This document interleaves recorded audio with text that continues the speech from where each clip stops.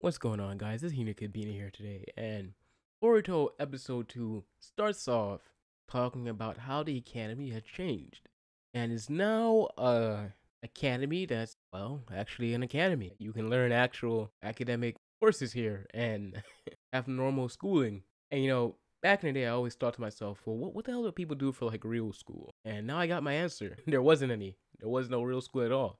But it's not medieval times anymore. People have computers, and we have actual school. The Naruto world. Yeah, we have that now. So Boruto walks into his classroom. He's like, hey, what's up, everybody?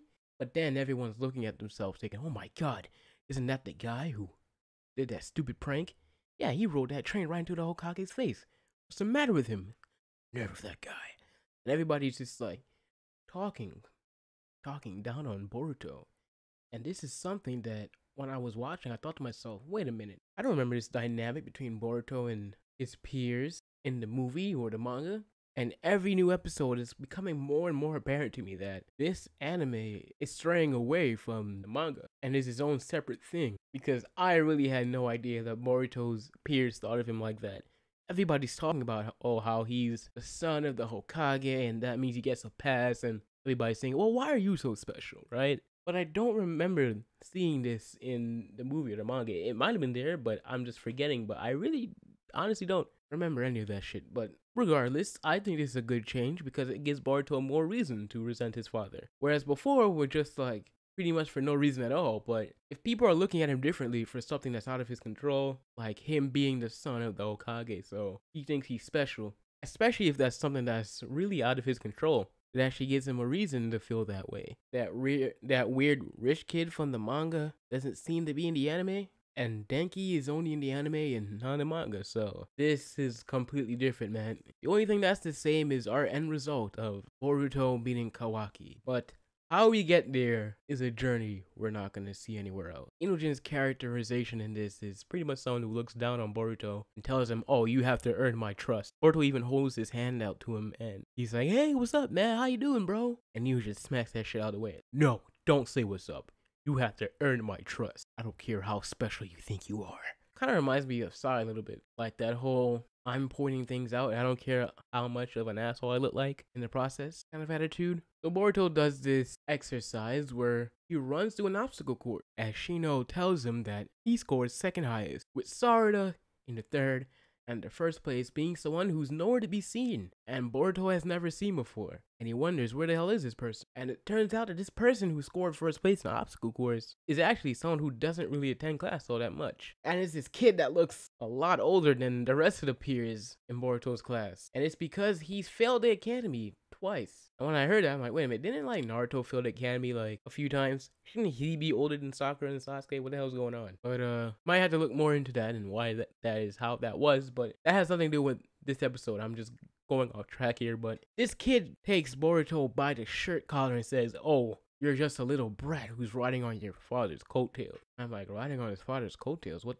the hell does that mean? Like, I've never heard that phrase before ever. But he has, and so has everyone else because everybody keeps repeating it. And Boruto wants to prove himself, saying, oh, I'm not just someone who rides on his father's coattails, which is a stupid phrase. Like, does anybody say that in real life? Like, what the hell does that even mean?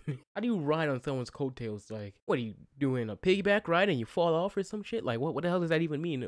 But regardless, that's not important. What is important though is that Boruto is fighting this guy and he pulls off some of the moves from Naruto and from Sasuke. And he's fighting in a very nostalgic way. They're doing that throwback already, man. I mean, it makes me wish that Naruto Shippuden ended like years ago where it should have at the final fight. And without all that filler, and maybe should have ended like 3 years ago, like 2014. But yeah, that's not the case. Like I'm thinking about, oh my god, I remember that Naruto Shippuden. Yeah, that brings back memories. But it's like, Naruto Shippuden, that was like 3 weeks ago when that was a thing. But anyway, this guy fighting Boruto is pretty much saying that he hates how the way the ninja world is right now. And he blames the ninja world for being such a peaceful place and not all about athletics or fighting like how it used to be as the reason as to why he's failing. Because we have normal shit to do. Like you have to learn social studies as well as how to be a ninja as well. And this guy doesn't seem to be good and that kind of stuff. But Boruto tells him, well, you know what? Maybe you're just bad. Maybe you're just bad. If thought of that, and I'm thinking to myself, damn, the roast. The way he said it too, like he's a little smart ass, really, and it destroys him. Breaks down. He starts crying right there on the spot. Nah, no, he doesn't. But after this ass whooping that Boruto bestows upon him, he learns to be a good student and is now showing up to class. So, writing wise, I like the way this anime is going. It seems to be going in a path away from the manga. And honestly, I think that in these reviews, this will be the last time I talk about the manga or mention it or whatever, because we're here for the anime, right? But at the same time, it's just so noteworthy because what it's doing is kind of confusing because they have things from the manga, but at the same time, they have things that aren't from the manga and wouldn't really fit. So it's very noteworthy. And besides that, everything else is pretty much slice of life. Nothing really exciting, really, to talk about besides that. But I'm gonna try from now on to stop mentioning the manga. I mean, there's really nothing to spoil, to be honest, because if you've seen the manga, it's, yeah. And animation wise, I don't really care about animation all that much as maybe some other people do in their reviews, but I just like it not looking like completely garbage randomly at random spots or something like that.